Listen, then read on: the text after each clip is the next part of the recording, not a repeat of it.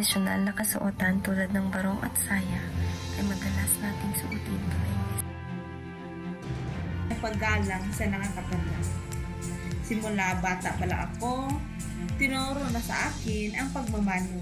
Tayo bilang kabataan, ipagpatuloy natin ang simpleng gawi na ito dahil ang paggalang sa nakakatanda ay hindi lang para sa kanila, kundi para rin sa ating sarili para manatili tayong may puso at may dangal bilang Pilipino. Pagmamano ay hindi lamang simpleng kilos ng kamay. Ito ay isang simbolo ng ating pagkakakilanlan bilang mga Pilipino. Sa bawat pagmamano, kinikilala natin ang karanasan at karunungan ng mga nakakatanda na nagsilbing haligi ng ating pamilya at komunidad. Kultura. Ito ay nakaugalian na ginagawa sa bahay at sa pang-araw-araw na pamumuhay. Kaugalian, tradisyon, paniniwala, selebrasyon, kagamitan, kasabihan, awit, sining at pamumuhay ay isa sa kumakatawan sa ating kultura. Ito ay napakahalaga dahil ito ang rason kung bakit tayo ay nagkakaunawaan, nagkakaisa at nagmamahalan. Ang agahan ang nagsisilbing unang hakbang sa araw-araw. Nagsisimula sa paghahain ng bigas at nagiging kanin at pagluluto ng ulam. Bago tayo magsalo-salo sa pagkain, nakaugalian ng mga Pilipino ang sabayang panalangin. Sa ganitong paraan, ipinapakita natin ang pagpapasalamat hindi lamang sa biyayang pagkain, kundi sa pagkakaroon ng pamilyang makakasalo nito. Bawat bayan sa Pilipinas, hindi nawawala ang pista.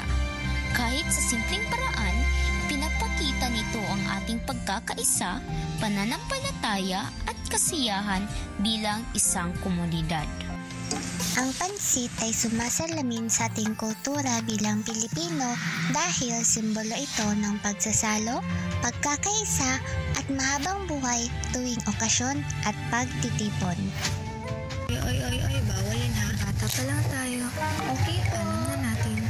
Ang opo, pwedeng pang-rescue kapag nahuli ka.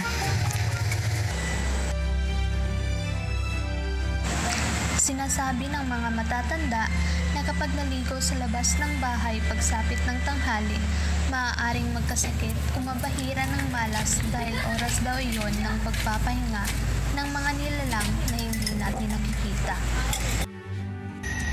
Uy, huwag kang magwalis ng gabi. Nakakawala ng swerte yan. Ha? Pamahiin lang yun? Ba't ka naniniwala dun? Sabi ng mga tanda. Ang pagmamano at sama-samang pagkain ay simpleng tradisyon, ngunit nagdadala ng malalim na aral, paggalang sa nakakatanda at pagmamahalan sa pamilya. Ang spaghetti kay Italy, perlay ang Pinoy version.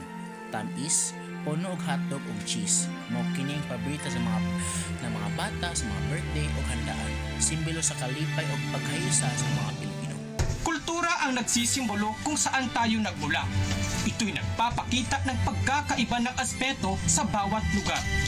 Tayong lahat ay magkaiba man ng kultura, ngunit tayo ay nagpapakita ng respeto sa bawat isa. Kultura ay payagungin. Bawat isa nito ay tangkilikin, mahalin, at isaisip natin na ang kulturang Pilipino ang bumuo sa atin.